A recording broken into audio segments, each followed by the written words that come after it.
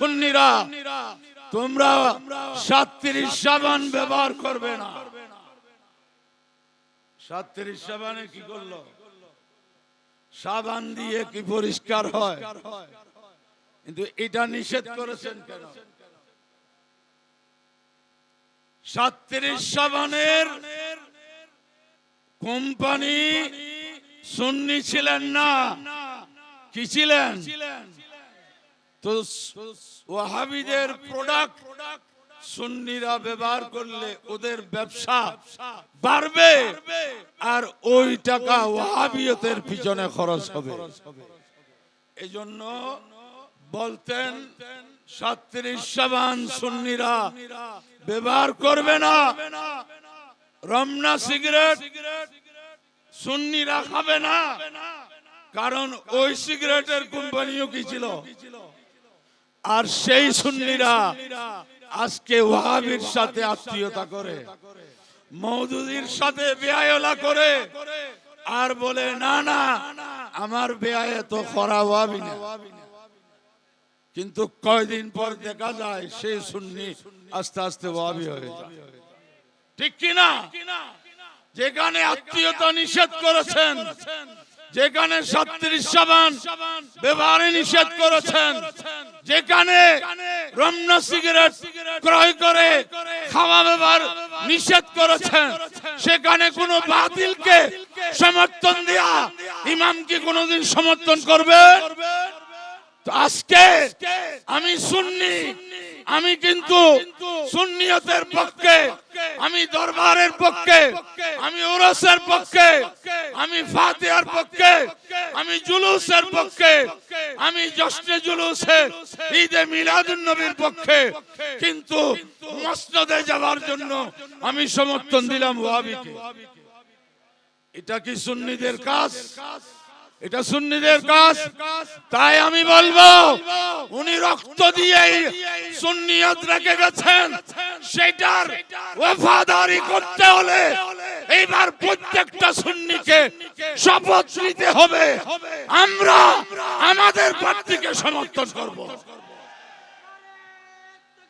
আল্লাহু আকবার, ইয়া রাসূলুল্লাহ, ইয়া গাউসে আজম দস্তগীর।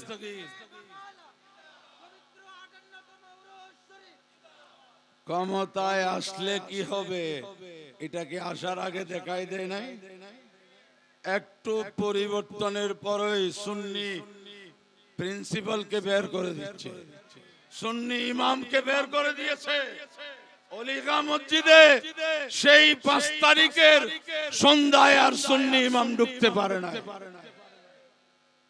তারপরেও আমরা এখনো করব। কত মাজার ভাঙলো, আর আমরা দেখি বড় বড় প্রার্থীরা যখন নির্বাচনী প্রচার শুরু করে তো কোন না কোন মাজার থেকে করে। এটা কি মহব্বত না ধোঁকাবাজি? এই মাজারে আক্রমণ হলো, এই দেশের কোন দলের কোন রাজনীতিবিদ এই কথা বলে নাই যে পরিবর্তন আমরা সবাই চাই।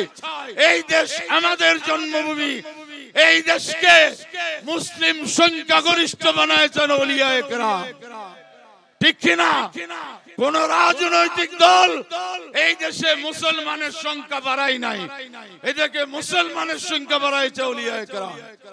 সে ওলি আল্লাহদের মাজারে আক্রমণ কোন দলের কেউ বলল না। রাষ্ট্রের পরিবর্তন, সরকার পরিবর্তনের সাথে মাজারে আক্রমণের কি সম্পর্ক? তাহলে বোঝা যায় ক্ষমতায় যাওয়ার জন্য কারা হাঁটতেছে।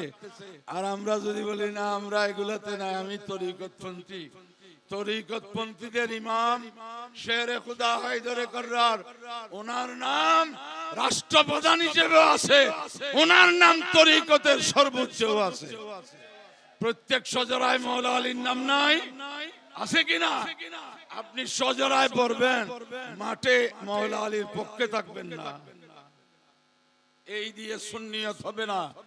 উনি রক্ত দিয়েছেন, আপনাদেরকে করজোরে আবেদন করছি, রক্ত এখন দিতে হবে না, সমর্থন দেন। তাহলে দেখবেন এই দেশের সুন্নিরা যদি বলে আমরা অনেকদিন অনেককে সমর্থন করেছি, এবার আর কাউকে না, এবার আমরা সুন্নিকেই সমর্থন দেব। যেখানে আমাদের প্রার্থী থাকবে না সেখানে কাকে দিবেন? সেখানে বেছে নিবেন সুন্নিকে, তাকেই সমর্থন করবেন। আজকের ওরসে এই ওয়াদাই আমাদের করা দরকার। হুজুর ইমাম আহলে সুন্নতের বড় সাহেবজাদা অসুস্থ, আল্লাহ পাক ওনাকে শিফায়ে তাম নসিব করুন। ওনাকে এবং ছোট সাহেবজাদা যিনি আজকে মাহফিলের সদরে মুহতারাম, ওনার কাছে দোয়া চেয়ে সকল সুন্নিদের উদ্দেশ্যে বলছি, আর এদিক সেদিক করার সময় আর যেই দেশে রোজার পূজা এই ফিট আর ওই ফিট হয়, আচ্ছা একটা টাকার একদিকে বাংলাদেশি টাকা আর একদিকে ডলার, এটা হইতে পারে? রোজার পূজা, রোজা হচ্ছে ইসলাম, পূজা হচ্ছে শিরিক। শিরিক আর ইসলাম কেমনে এক হয়? হতে পারে? এদের হাতে ইসলাম নিরাপদ নয়। ইমামে হুসাইন কারবালার শহীদদেরকে স্মরণ করে আমরা কান্না করি, কিন্তু ইমামে হুসাইন হযরতে আমির মুয়াবিয়া রাদিয়াল্লাহু আনহুর 20 বছর শাসনকালে মাঠে আসেন নাই কেন? উনি দেখেছেন যে উনি ইসলামী রাষ্ট্র যেভাবে পরিচালনা করতে হয় সেভাবে করেছেন। আল বিদায়া ওয়ান নিহায়া করে দেখুন, ইমামে আলী মাকামকে অনেকে উস্কিয়েছিল হযরতে আমির মুয়াবিয়া রাদিয়াল্লাহু আনহুর বিরুদ্ধে অভিযান পরিচালনা করার জন্য। ইমামে হুসাইন স্পষ্ট ভাষায় বলেছেন উনি ইসলামী রাষ্ট্র ঠিকমতো পরিচালনা করতেছেন, ওনার বিরুদ্ধে কোনো অভিযানের প্রয়োজন। যেদিন ইয়াজিদ ক্ষমতায় আসলো, ইমামে হুসাইন দেখলেন ইসলাম আর নিরাপদ নয়, সেজন্য ইমাম ময়দানে আসলেন, সপরিবারে শহীদ হলেন। আমরা কারবালার শহীদকে স্মরণ করি, ওনার উদ্দেশ্যের সাথে আমাদের কোনো সম্পর্ক থাকবে না, এই স্মরণের কোনো দাম নেই। তাই আমি বক্তব্য লম্বা করছি না। আজকে সারা দেশে একটি মাত্র আহলে সুন্নাত ওয়াল জামাত, একটি আহলে সুন্নাত ওয়াল জামাত, একটি আহলে সুন্নাত ওয়াল জামাত। আহলে সুন্নাতে যত দ্বিধা বিভক্তি ছিল সব শেষ। চলুন আমরা আমাদের সময়ের সাথে ইমাম শেরে বাংলার রক্তের বিনিময় নেওয়ার জন্য সময় এসেছে।